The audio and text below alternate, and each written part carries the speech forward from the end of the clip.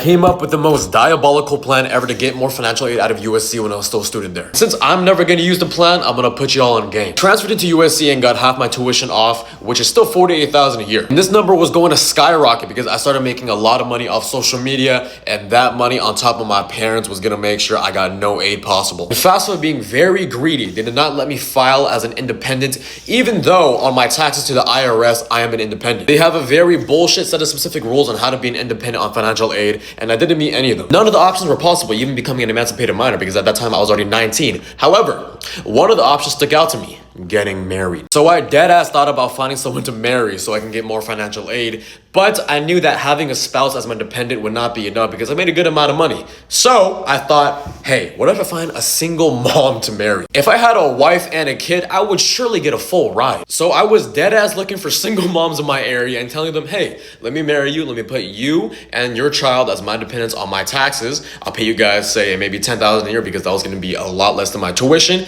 And after I graduate, we get our marriage annulled. But I never went through with the plan, not because it's batshit crazy, not because it's just completely ridiculous, but because I didn't want to get attached to the child. I already love being a father to this fool. I cannot imagine being a father to an actual human being. So I never went through with it, and now I'm low-key dropped out. So yeah, I could have became a college graduate with a degree with no loans, but I also would have became the father that stepped up. So yeah, that's why this never went through.